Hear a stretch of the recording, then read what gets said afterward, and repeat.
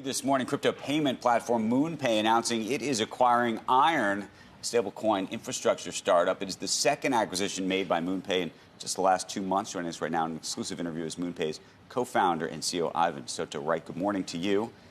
Before we get into it, because I got a million questions about what's going on, explain to the audience that may not be totally initiated what MoonPay is. Yeah, so MoonPay, we believe the future is crypto. We think everyone is going to have a digital currency wallet, whether it's inside of a bank account or independently.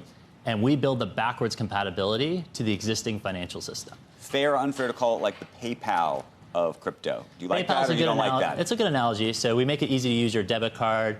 You can use your bank account. You can use your PayPal. You can use your Venmo, Apple Pay, Google Pay. Our goal is to connect every single payment method across the world to make it easy for people to participate in this new crypto economy. And you think it's ultimately all turns into a stablecoin situation?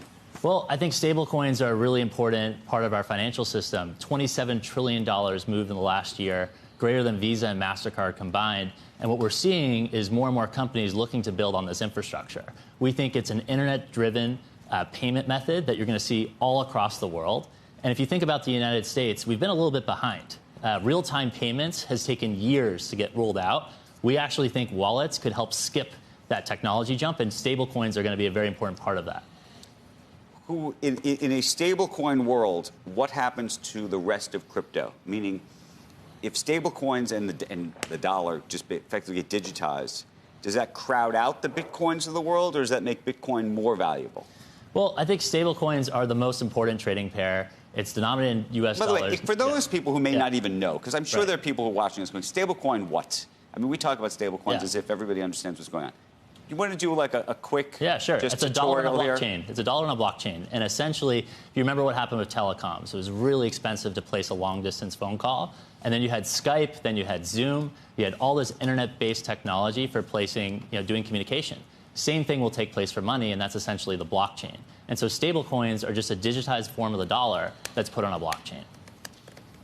So I've always wondered whether if everything moves onto the chain, if you will, again, this goes to the Bitcoin story, the Ethereum story, the Solana story, whether you actually won't need those other coins.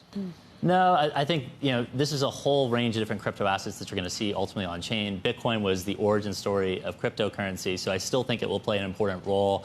You can liken it to gold. It's akin to gold. In terms of a market cap, we're still quite early relative to something like gold. We have a whole new makeup of investors that are coming in. Over the last year, we saw the ETF approved. Now we're seeing within bigger companies thinking whether they put it on balance sheet. We're looking at central banks that are now considering holding Bitcoin. Pension funds might decide to put an allocation. You have to look at it as an asset class. What do you make of the Bitcoin Strategic Reserve and also this other fund that's actually going to hold other cryptocurrencies?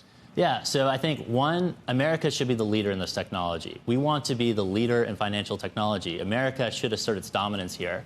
Now, when it comes to the Bitcoin Strategic Reserve, I think Secretary Bessent had said this is going to be acquired in a cost-neutral way to the taxpayer. And essentially, we're sitting on a bunch of Bitcoin. The first step is not to sell it.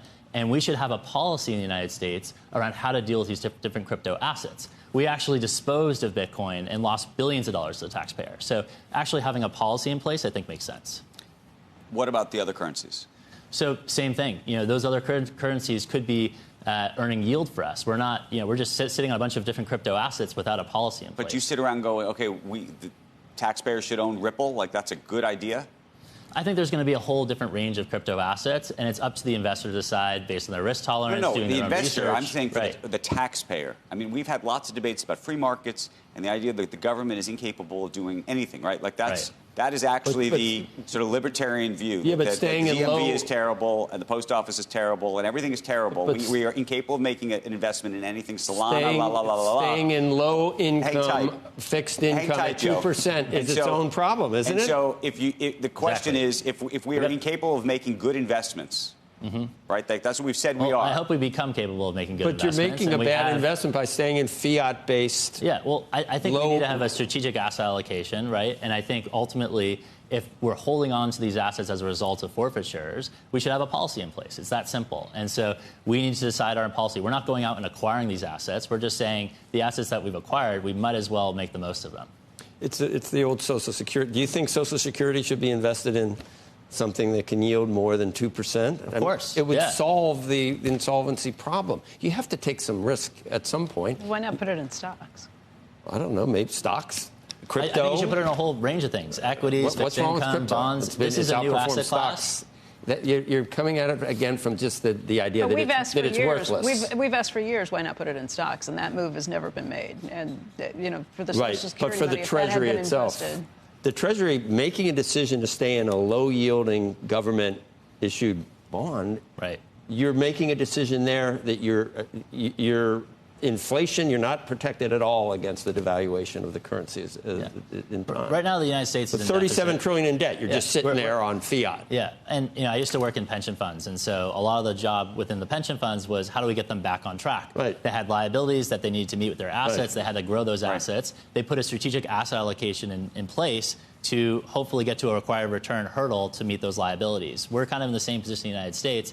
And the argument here is this an asset class? And is this an asset class that's uncorrelated? Is it a diversifier? Is it something that we should have a policy around? I mean, it's volatile. If you have looked at where it's gone in the last month, it's pretty volatile. Of course it is. But again, it could be a small stock market. But it could be a small part of the overall portfolio. It's just Netflix went from 800 to 200. Now it's back to 800.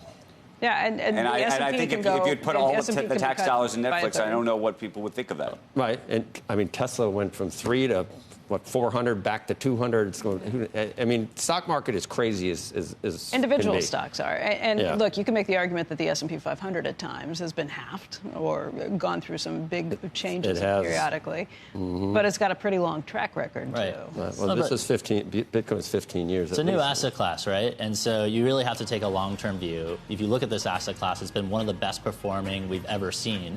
And, it's still very early. And volatility, I think, is partly a feature rather than a bug itself, as you're seeing a new composition of investors that allocate to things like Bitcoin.